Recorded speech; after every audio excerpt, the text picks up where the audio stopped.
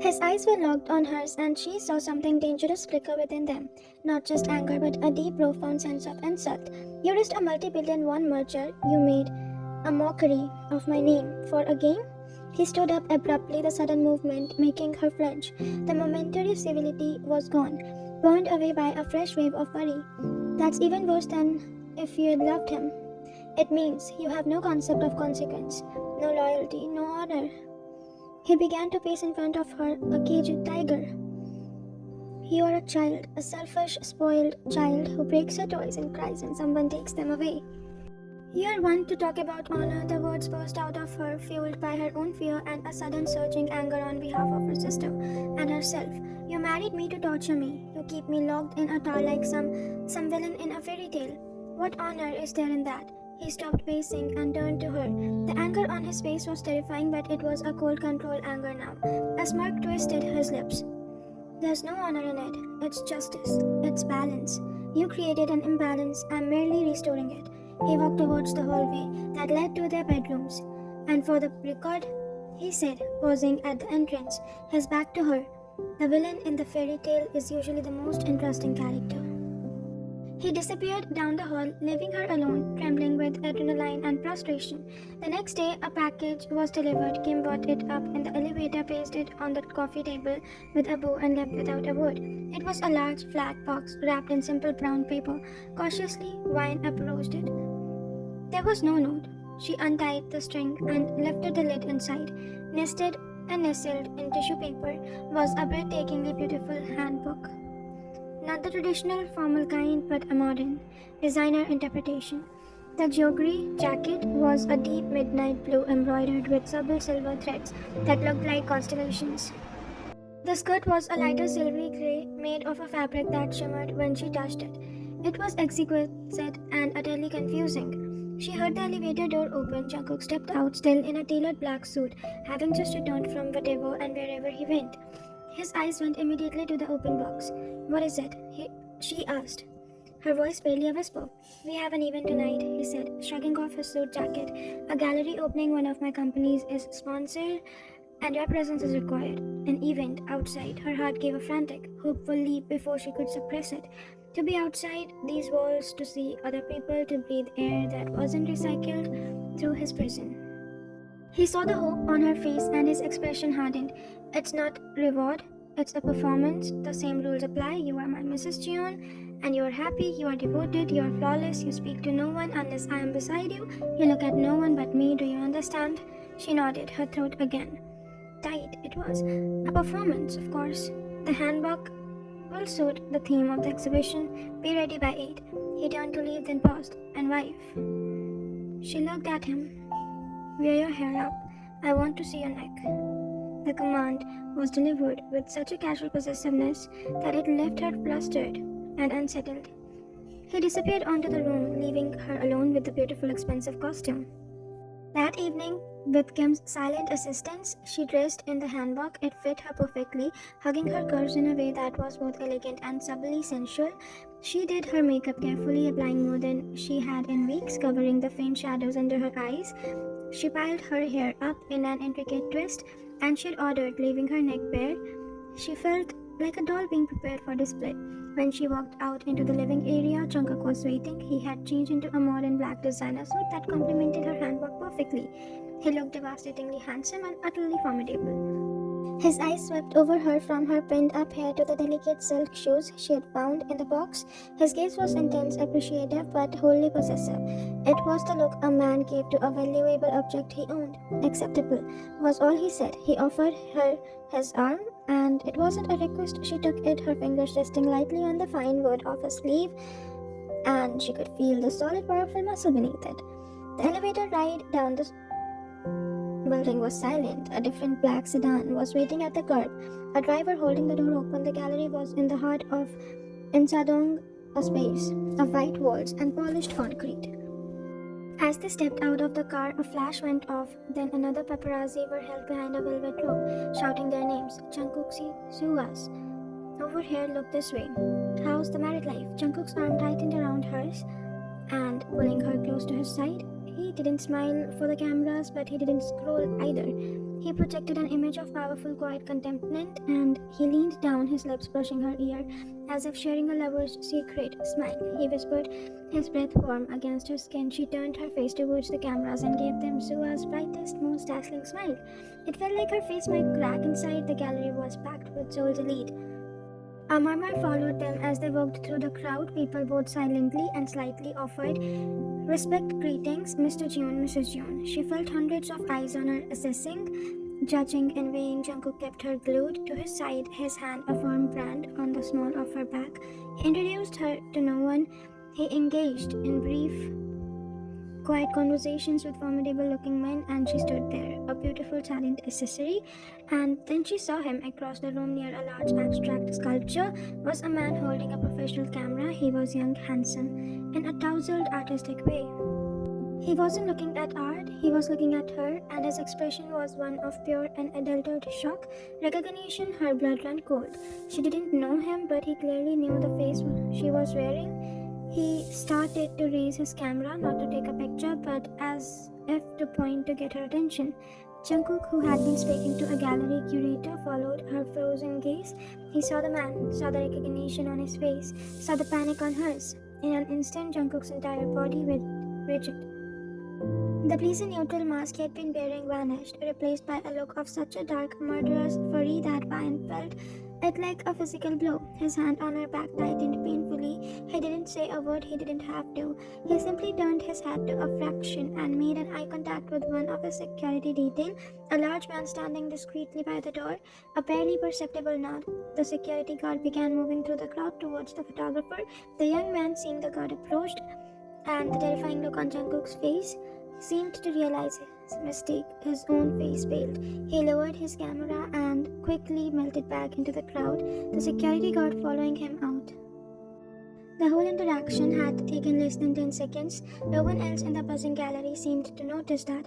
Jungkook looked down at her, his face a cold, impassive mask, but his eyes were burning with a fire that promised retribution. The hand on her back felt like it could leave bruises. "It seems you have an admirer, wife," he said, his voice a soft, deadly purr that only she could hear. "Let's go. The performance is over." He didn't give her a choice. He turned them around and began cutting the path through the crowd towards the exit. His grip on her arm unyielding, he didn't stop for anyone, his presence so commanding that people instinctively moved out of his way. The car ride back to the penthouse was conducted in a silence so violent that it was a scream. He didn't look at her. He stared straight ahead, his jaw clenched so tight she could see the muscle jumping. The elevator rode up like ascending an execution. The old doors opened into the penthouse. He finally released her arm, shoving her forward slightly so she stumbled. In her living room, he followed, slamming his hand against the elevator control panel. The doors hissed shut, sealing them in. He turned to face her, and the controlled fury she had seen in the gallery was now fully unleashed. Who was he? The question was in her growl. I don't know, she stammered, backing away from him. "Don't lie to me," he roared, the sound echoing off the glass walls. He advanced on her. "He knew you, he recognized you. How and who was that? Was that him? The photographer? Did you invite him? Was this another one of your games?" "No, Jungkook, I swear, I've never seen him before in my life." He was in front of her now, crowding in her, his body radiating the heat that felt like it would scorch her. "Then why did he look at you like he had seen a ghost?" "Because he recognized Sua's face and he knew something wrong." Her mind screamed, but she couldn't say it. She couldn't. Her silence, her terrified ears only enraged him further. He thought it was a confession of a different kind. "You are a plague," he seethed, his voice trembling with rage. "An infection of disloyalty. I tried to, and you..." He cut himself off, shaking his head in disgust. He raised his hand, and for a heart-stopping second, she thought he would hit her. She flinched, squeezing her eyes shut, turning her face away. The blow never came. She heard a strangled sound of frustration. When she opened her eyes, he had his fist clenched, pressed against his own temple. He was breathing heavily, struggling from control and for control. He lowered his hand, and when he spoke again, his voice was cold, dead, and final. "Get out of my sight," he whispered. "Go to your room. Don't come out until I tell you." Trembling, tears streaming down her face, she didn't need to be told twice. She turned and fled down the hallway, the beautiful handbag feeling like a shroud once more. She heard a sound behind her, the shattering of the glass as he hurled his whiskey tumbler against the wall with a raw, furious cry that was pure, unadulterated rage. She slammed her bedroom door shut and slid to the floor, burying her face to her knees. She got a taste of freedom, and it had almost unrevealed everything. The ghost of her sister was everywhere, and her echo was drawing attention, and Jeon Jungkook's anger had just reached a terrifying new level. The thin veneer of civility and been shared and shattered. Just like the glass in the other room, she had no idea what could come next, but she knew it would be worse. The walls of her gilded cage felt like they were closing in. A week of absolute silence followed the gallery incident. The penthouse became a crypt. Jungkook vanished, and the only evidence of his existence was the occasional sound of the elevator in the dead of night. Vine was left alone with her terror and the dawning certainty that she had narrowly avoided a cataclysm, and the photographer, recognizing her, haunted her dreams. What had he seen? What did he know? And what had Jungkook's men done to him after they followed him out? The fear was a living thing coiling in her stomach, making the luxurious food Kim delivered taste like dust. She barely slept, jumping at every creak of the building, every hum of the climate control system. She was a mouse waiting for the hawk's shadow. When the elevator finally hissed open one afternoon, the sound was so unexpected she dropped the book she had been pretending to read. Jungkook stepped out. He looked different, not rested but resolved. The furious energy that had crackled around him was gone, replaced by a chilling glacial calm. He was dressed in another invisible suit, this one a deep charcoal grey. He didn't look at her. He walked to the bar, poured a drink and downed in it, and it in smooth motion. Then he turned. "We are going out," he announced, his voice devoid of inflection. A cold red washed over her. Another event, a business dinner, a celebration of a concluded negotiation. The way he said concluded made her stand cold. "Be ready in an hour, with the black dress in your closet." The black dress she found hanging among the other clothes. It was a weapon of seduction, full, floor-length backless, with a neckline that blushed darling and daring. It was made of a heavy liquid silk that clung to every curve. It was not just the dress of a prisoner. It was the armor of a queen, designed to showcase the power of the king who owned her. An hour later, she emerged. She had styled her hair loosely, letting it fall around her shoulder, a small act of defiance against his previous command. The dress made her feel both powerful and profoundly vulnerable. Jungkook was waiting. His eyes did a slow, thorough inventory of her, from her heels to the subtle makeup she had applied. A flicker of something hot and dark passed through his gaze before it was shuttered behind his usual eyes. He didn't comment on her hair. "Let's go." The restaurant was most exclusive kind, the type that didn't have a sign on the door. It was all dark wood, low lighting, and hushed murmur of bar brokers. They were led to a private room where a long table was set for 20. The conversation died as they entered. Every person at the table was a man, and every one of them radiated the same dangerous energy as Jungkook, though none possessed his terrifying focused intensity. These were his associates, his subordinates, his allies, sharks. Jungkook pulled out a chair for her at the center of the table, next to the head seat, which was clearly his. It was a gesture of possession, not chivalry. As she sat, and the conversation slowly resumed, but the atmosphere had changed. Eyes kept flicking on her, assessing, curious and lecherous. Jungkook took his seat at the lead of the table, a king on his throne. He engaged in the conversation, talking about shipping lanes, import taxes, and territorial disputes. Coded language for these things she knew were illegal. He was in his element, respected, feared, and utterly controlled. Ryan kept her eyes down, picking at the exquisite food she was served. She felt like a piece of prized livestock on display. The men drank heavily, toasted to new beginnings, and cleaning up messes. She couldn't shake the feeling that the mess they were toasting about was the photographer.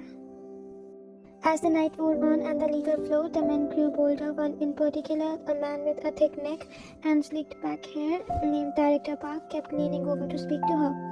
His breath smelled of soju and greed. "The famous Mrs. Jeon," he slurred, his eyes roaming over the neckline of her dress. "The stories about her beauty did not go unnoticed, and did you justice?"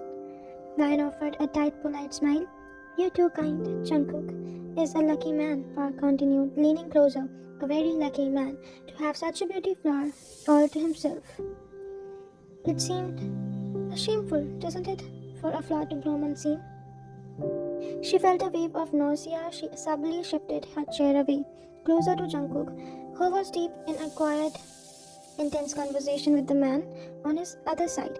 He seemed oblivious. "I'm quite happy, thank you," she said, her voice cold. "Are you?" Park pressed his hand, dropping below the table, and landed on her knee. "A woman like you must have needs. A man like Jungkook is busy. He must neglect his most precious asset." Revulsion shot through her. She tried to pull her leg away, but his grip tightened, his finger digging into her flesh, through the silk of her dress. "Please remove your hand," she said, through gritted teeth, her heart beginning to hammer. "Or what?" He chuckled low in his throat, his thumb stroking her knee. He yelled, "Tell your husband? I'm an important business partner. He won't mind sharing a little."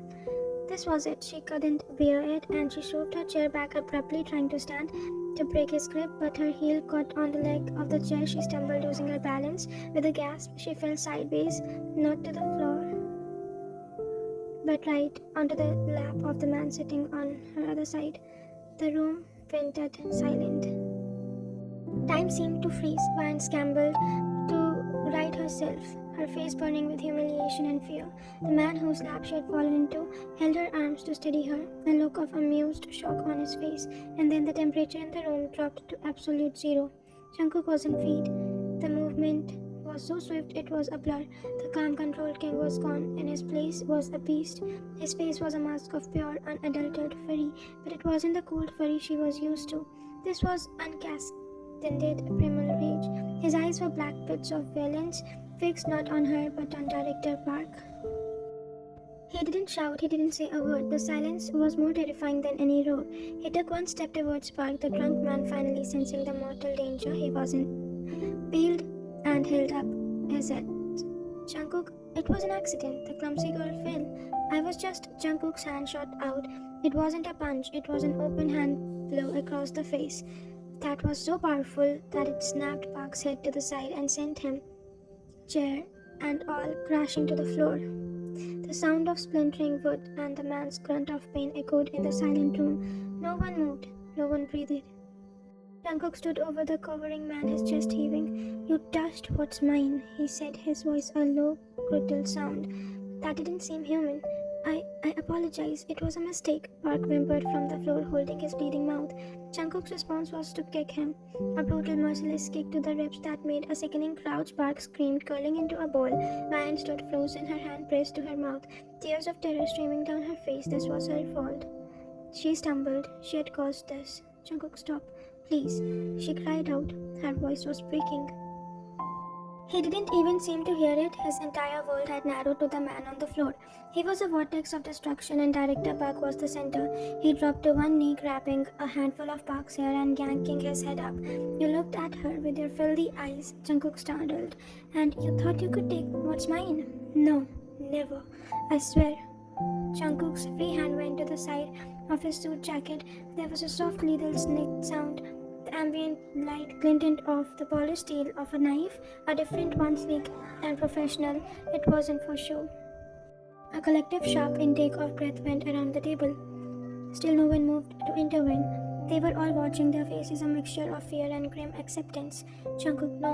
Ryan screamed, lurching forward. One of the other men, an older, cooler-headed one, caught her arm, holding her back. "Don't," the man whispered urgently. "You'll only make it worse." Jungkook pressed the blade against the Park throat.